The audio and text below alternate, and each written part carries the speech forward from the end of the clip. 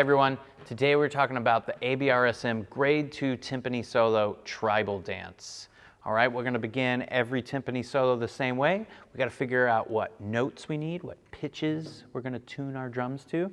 The composer has written in A and D for us, so we know it's an A and a D, but in order to know which one's which, we have to read bass clef.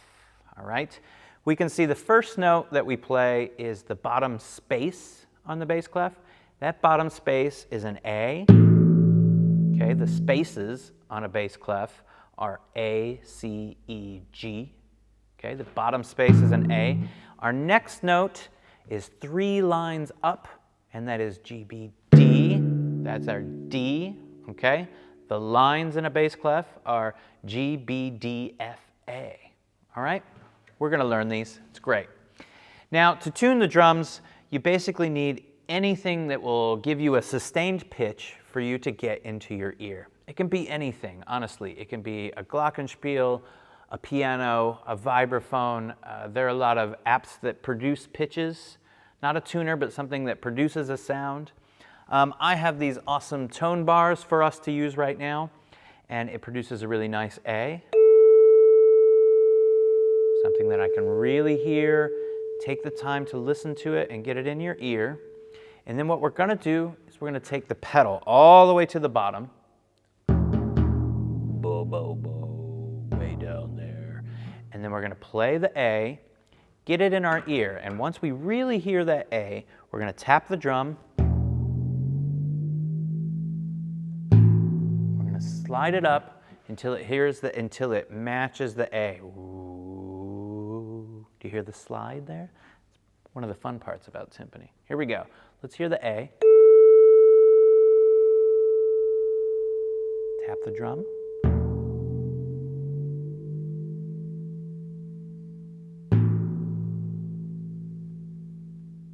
Very nice. Okay. All right, the next thing I take a look at is the time signature. Now, this is the first instance in ABRSM where a timpani solo has a time signature of 6/8, okay?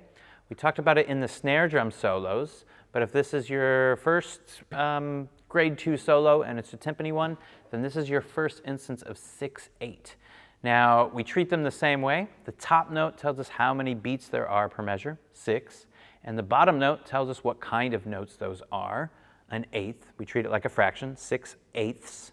So there are 6/8 notes per bar. But what we need to know about time signatures with an 8 in the bottom is that we're commonly feeling them in a different pulse. We wouldn't want to feel 1, 2, 3, 4, 5, 6, 1, 2, 3, 4, 5, 6, okay? And there might be cases where you've already played in your band and we're in 6/8, but the conductor is conducting in 2. And that's because we feel these time signatures in a bigger pulse. And anything that begins with an 8 is typically felt in a dotted quarter note feel. And a quarter note we know is worth 2/8 notes. And if you dot that quarter note, it is now worth 3/8 notes. So in 6/8, we're gonna feel every 3/8 notes. So it's gonna be 1, 2, 3, 4, 5, 6, 1, 2, 3, 4, 5, 6, 1, 2, 3, 4, 5, 6. So we feel a bigger pulse, okay? Once we start playing, it'll make way more sense. Now, the next thing I do is I check out all the instructions that the composer's given us, make sure that we're following what the composer's wanted, and it helps set the mood of what we're gonna play. And the very first thing the composer, Rachel Gledhill, writes is solid and rhythmic, okay? So those 2 words already establish something in my brain and in my heart that this is going to be solid and rhythmic, okay? Very concise. The next thing I look at is the name of the piece, because that really helps a lot of the times. And this is called tribal dance.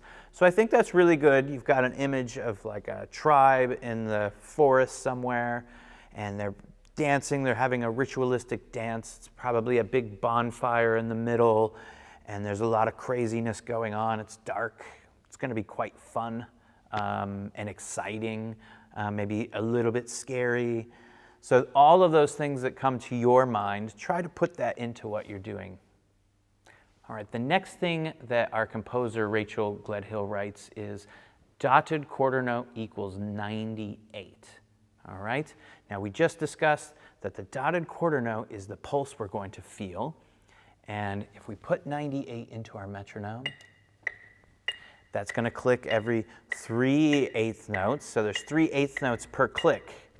1, 2, 3, 4, 5, 6. 1, 2, 3, 4, 5, 6. 1, 2, 3, 4, 5, 6. 1, 2, 3, 4, 5, 6. So you can see it's quite quick. That's why we sort of feel the bigger pulse. All right? So it's quite a quick piece. All right? Now the next thing I like to do is go through the dynamics, make sure there's nothing I need to, or nothing to surprise me when I go through. And I start off in forte, and then suddenly there's a quick mezzo piano. And that's a trick we're going to have to learn on timpani. It's not easy to suddenly go from loud to quiet on a timpani, something we've really got to work on. And then again, in measures 2 and 3, we have forte to mezzo piano. And then at the end of measure 4, we're forte with a decrescendo through measures 5 and 6 back to piano. Pam, we're immediately forte again at the end of that bar. So we're going to surprise our listener again. And then at the very end of measure 8, we are subito piano. Now we're subito piano into measure 9, but you can see there's some interesting accents. So we're going to have to set those accents apart from our piano. Make sure we really hear those accents. And then in measure 8 and then 9, we are crescendoing, big crescendo, 2-bar crescendo to measure 13, where we have accents again. We're really going to have to play those accents out in forte, da, da, da, ga, ga, ga.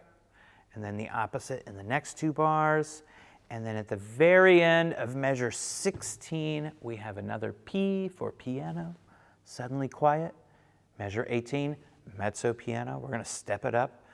And then measure 19, mezzo forte, we're going to step it up one more time. Finally, in measure 22 and 23, we have forte with an accent, and that's how we're going to finish the piece. Okay, before we begin our play along, there's one very important topic that I need to discuss with you, and that is muting.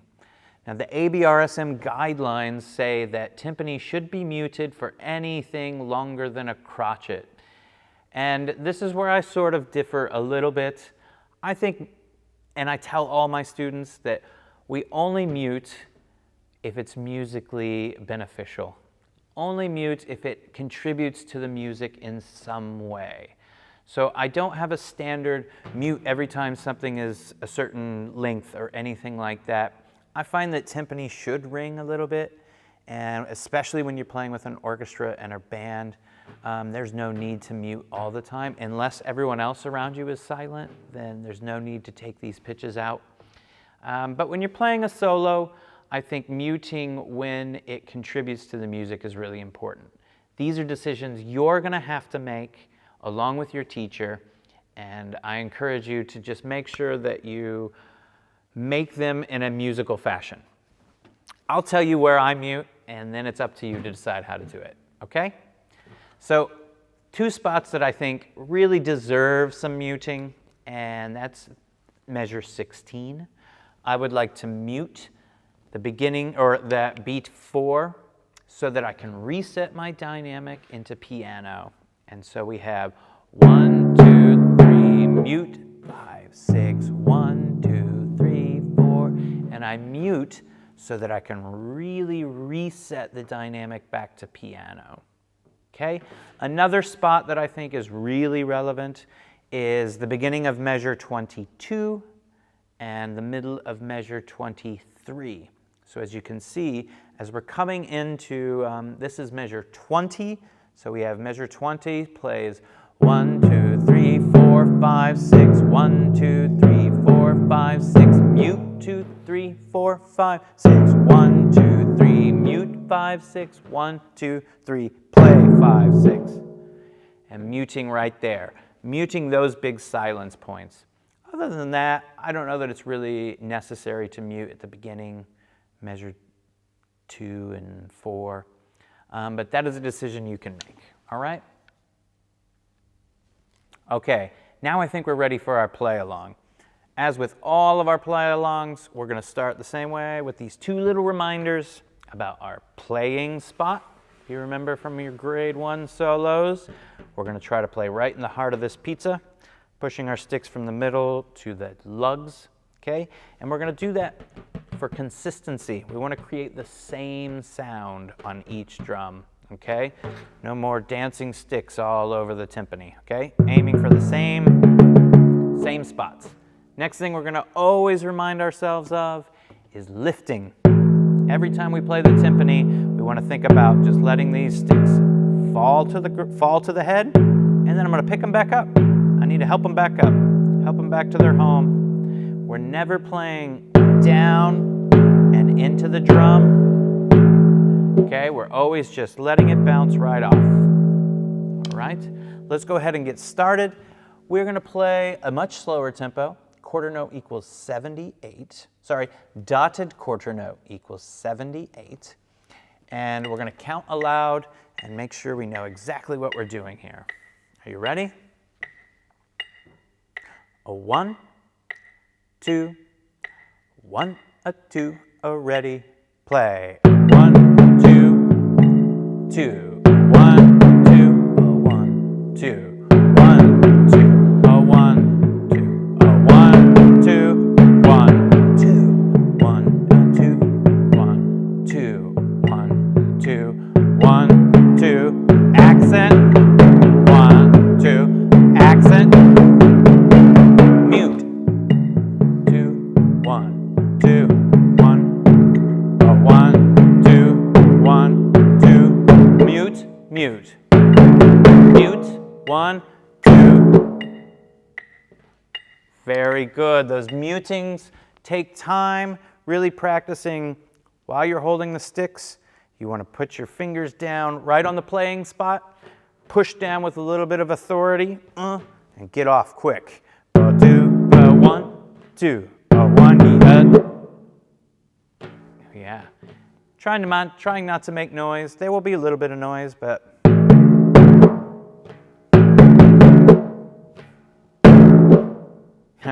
1, 2, 1, 2, 1, mute, mute. Okay, great. Hope you're having fun. As always, send me any questions you have, and I'll get back to you as soon as I can. And there'll be one more play along. I'll count you in, and you can play along at tempo. Hope you're having fun. See you later. Bye. 1, 2, a 1, a 2, a ready, play.